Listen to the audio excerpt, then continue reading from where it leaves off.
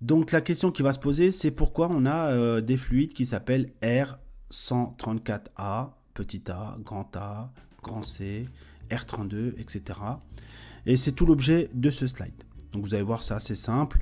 Donc déjà R, je pense que vous avez tous deviné que ça voulait dire réfrigérant.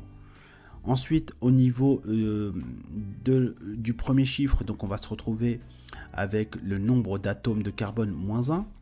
Le deuxième chiffre, le nombre d'atomes d'hydrogène plus 1. Le troisième chiffre, le nombre d'atomes de fluor. Et enfin, on va se retrouver avec une lettre minuscule A, B, C. C'est ce qu'on appelle l'isomère. On peut retrouver aussi une lettre majuscule, mais j'en parlerai après. Alors ici, on a un exemple. Alors on est parti, je vous dis pas, je spoile pas, mais essayez de trouver à quel fluide ça correspond. Allez, vous pouvez mettre la vidéo sur pause et je vous retrouve dans 2 minutes. Allez, me revoilà pour la correction. Donc je pense que vous avez trouvé. Donc le premier chiffre, donc on serait sur le nombre d'atomes de carbone moins 1. Donc au niveau du carbone, on en a 2 moins 1, donc ça fait 1. Le deuxième, donc visiblement, c'est de l'hydrogène plus 1. Donc là, on a 2 hydrogènes plus 1, ça ferait 3, vous avez compris. Et au niveau du nombre de fluor, donc on serait 1, 2, 3, 4. On est sur 4 atomes de fluor. Donc on est sur du R134. Et là, vous avez compris la petite lettre. Donc ça sera un A minuscule. Et donc je vais vous expliquer assez rapidement à quoi correspond cette lettre.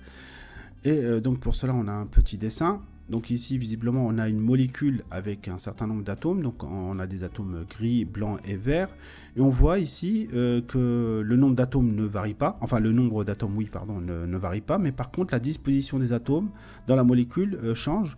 Et donc c'est ce qu'on appelle une asymétrie qui va être justement représentée par une lettre. Donc là, on aura l'asymétrie A, B et C. Et c'est ce qu'on appelle les isomères.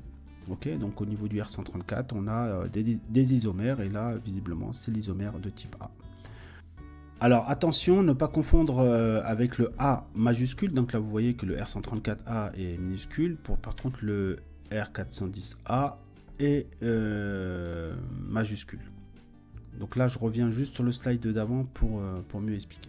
Alors sur la série des 400... Sur la série des 400, on a dit que c'était des fluides mélangés. Donc on avait le 410A par exemple qui était un mélange de R32, de R125 et de R134. Et ce qui va influencer ici la lettre majuscule, donc on va avoir du A, du B ou du C, c'est la proportion de chacun des constituants du mélange. C'est tout simple, voilà. Donc tout ça c'est de la chimie, donc l'idée c'est d'avoir la connaissance, et puis après, bon, si vous voulez faire de la chimie, il faudra peut-être approfondir mes explications, mais là de façon globale, je pense que vous avez tous les éléments pour pouvoir avancer. Allez, je reviens à mon slide, et donc là on a un petit exercice à gauche, vous avez vu là, la petite molécule qui nous attend, et je vous demande de m'identifier quel est le nom du fluide ici. Voilà, donc vous pouvez mettre la vidéo sur pause, et je vous récupère dans 1 minute. Allez, me revoilà, et donc je vous donne la réponse. Donc là, on serait sur au niveau du carbone. Donc déjà, j'ai mis 0 ici. Pourquoi? Parce qu'il y a un seul carbone. Donc on a dit carbone moins 1. Donc là, ça fait bien 0. Au niveau de l'hydrogène. Donc l'hydrogène, visiblement, il y en a 1. Donc on fait 1 plus 1, ça fait bien 2. Et au niveau du fluor, il y en a 3. Donc là, généralement, lorsqu'on a des zéros sur la formule, on les fait sauter. Et donc là, ce fluide-là, ça serait du R23. Donc un fluide très très intéressant pour faire du froid négatif.